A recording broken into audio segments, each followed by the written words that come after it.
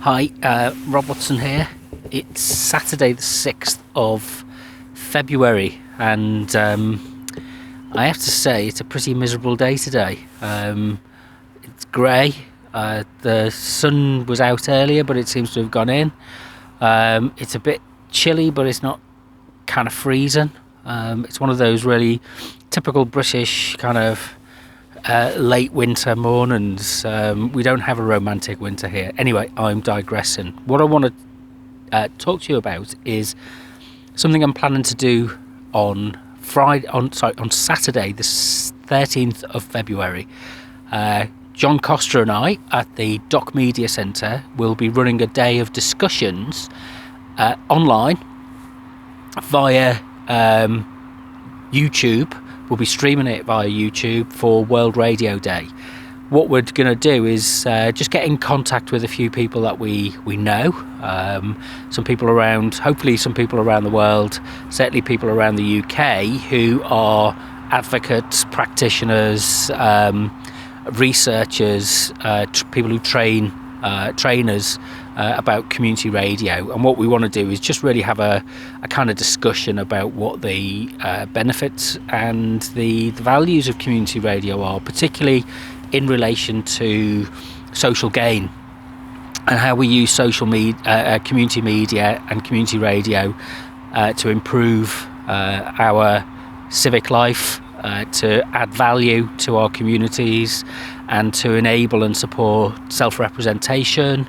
I don't know if you saw the stuff that was reported widely in the press that went viral this week about the I think it was a parish council meeting that descended into chaos. And it's fascinating that the technology that we've not now got to do things using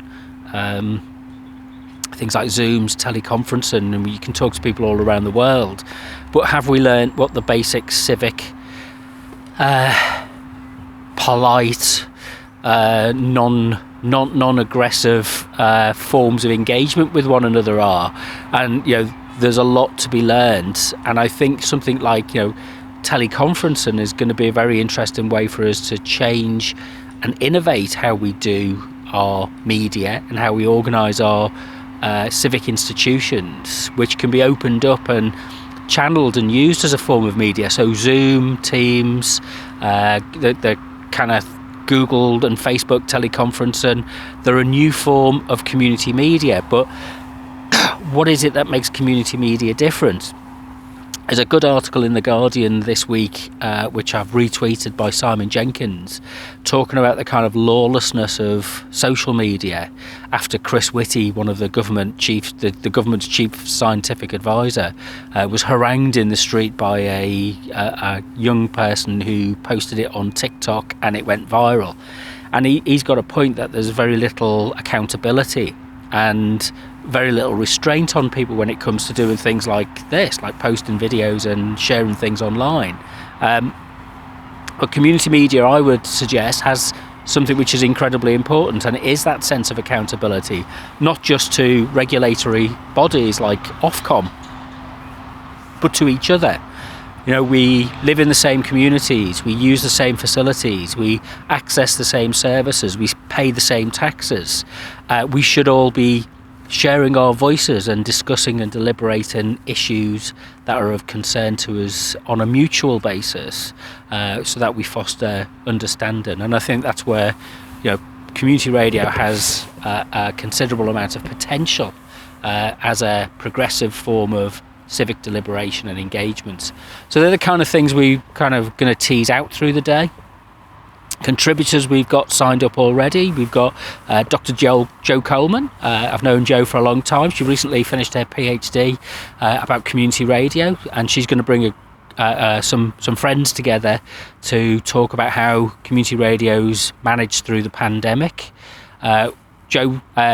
Siobhan Stevenson, again, completed her PhD fairly recently, is going to bring some friends together to talk about the enduring need for a social gain model to inform our community media.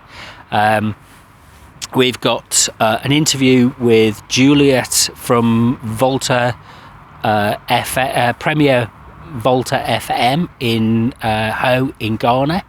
She's talking about her experience of running a community radio station there. And we also have Katie Moylan, who's going to be talking about Indigenous media and what that means. That's her area of study. What that means for the decolonisation, to use a phrase that's quite prevalent at the moment. There's a lot to think about. It's going to be fairly relaxed and informal. I'm going to share some links over the week to point people in the direction of the kind of conversations and discussions that we'll be having.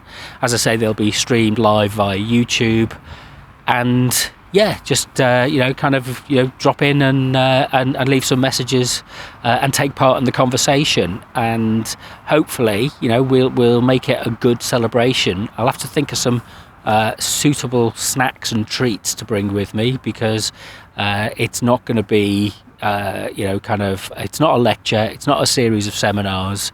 Plenty of tea and coffee and plenty of snacks as we kind of chat through the day.